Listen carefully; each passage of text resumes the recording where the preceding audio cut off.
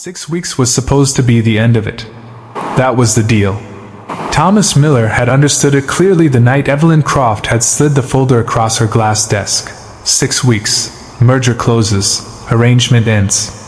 He had said yes with his eyes open. A man who scrubs toilets for $15 an hour doesn't negotiate terms with a billionaire. He takes what's offered and he's grateful. The merger closed on a Thursday. By Friday morning, Thomas had his personal items in a box, not because anyone had asked him to pack them, but because he knew how these things worked. The arrangement was over. He was a janitor again. He returned the bespoke suit to the wardrobe in the spare office. He put back on his blue uniform. He rode the elevator down 49 floors and told himself the number didn't mean anything. He was halfway across the lobby when Hayes appeared. Marcus Hayes moved like a man who had delivered bad news so many times it no longer registered on his face. "Mr. Miller," he said.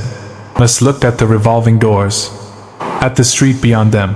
At the morning he had already started assembling in his head. Pick up Sarah from Mrs. Gable, make breakfast, call the school about her upcoming field trip, be a regular person again. "The arrangement is over," Thomas said. "Yes," Hayes said. "She's aware of that." The 50th floor felt different in the morning. Daylight changed it.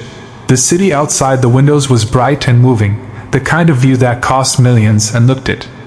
Evelyn was behind her desk, which she had not been the first night he'd walked in here by accident. She was upright, the brace gone. She had been cleared by her physician the previous week, the vertebrae healing faster than the prognosis had suggested. She looked, Thomas thought, like the version of herself from the lobby all those months ago. The one who hadn't known he existed. He stood on the Persian rug and waited. "Sit down, Thomas," she said. He sat on the edge of the white leather chair, the same way he had that first morning. Old habits. "The merger closed," he said. "It did," she said. "Cleanly. No leaks. No complications." She looked at him. "Because of you." "I drove the car," Thomas said. "I carried the bags. You held me upright at the Metropolitan Gala when my spine was failing and I would have gone down in front of Richard Caldwell and lost everything." Her voice was flat, factual, the way she stated things that mattered most. "That wasn't in the job description." Thomas said nothing. "I've had Hayes prepare a severance package," Evelyn said. She slid an envelope across the desk. 6 weeks additional pay. Full medical continuation for Sarah for 1 year. Thomas looked at the envelope. He didn't touch it. "You don't owe me that," he said. "No," she said. "I don't." A pause. "I'm giving it because I want to." Something in the way she said it landed differently than her usual precision. Thomas looked up. Evelyn was looking at the envelope, not at him. "Sarah," she said. "How is she?"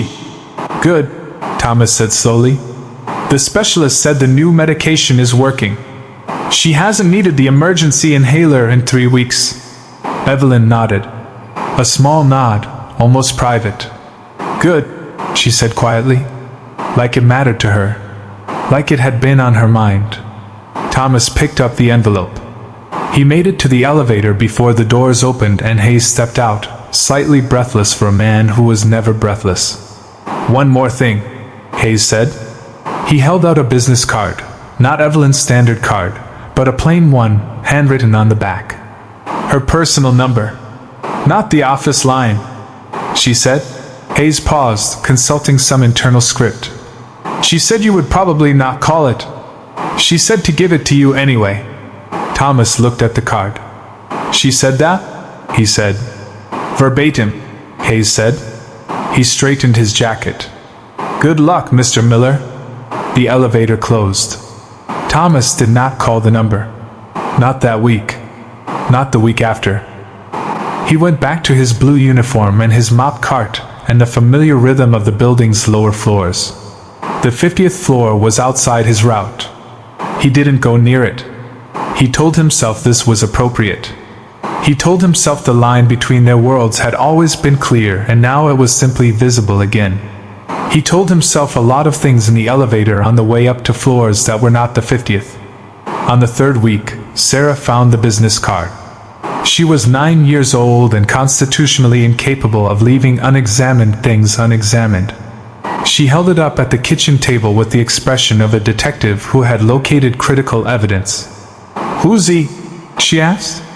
"Someone from work," Thomas said. "It's a real card," Sarah said, turning it over. "With a real number. Written by hand?"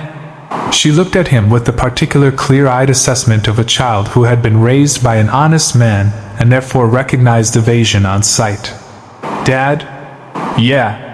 "Why haven't you called?" Thomas looked at his daughter, at her steady, serious face, at the small scar on her collarbone from the hospital 2 years ago, before the good insurance, before the medication that actually worked. "It's complicated," he said. Sarah put the card down on the table between them. "Is she nice?" she asked. Thomas thought about a woman sitting on a penthouse floor crying, too exhausted to get up.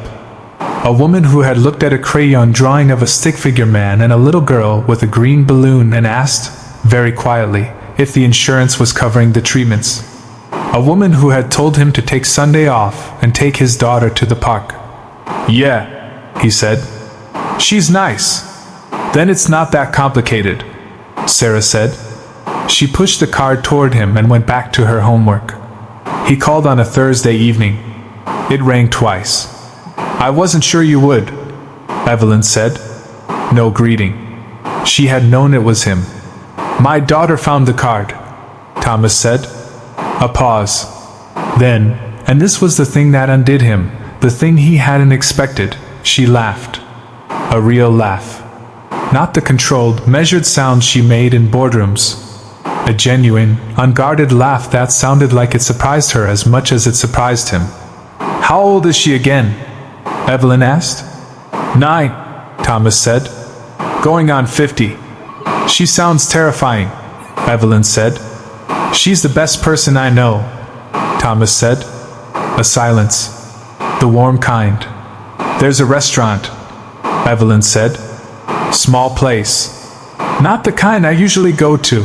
No press, no business associates, no one who would recognize either of us." Another pause. "Friday. 7 o'clock. If you want." Thomas leaned against the kitchen counter. Through the doorway he could see Sarah at the table, very deliberately not looking up from her homework, which meant she was listening to every word. "Friday," he said. 7. "Good," Evelyn said. He hung up. Sarah looked up immediately with the expression of someone who had been waiting. "Well?" she said. "Homework," Thomas said. Sarah grinned, wide, delighted, entirely unsurprised. She went back to her homework. Thomas stood in his kitchen in his blue uniform and looked at the business card on the table and felt, for the first time in a long time, that the next chapter might be something worth reading.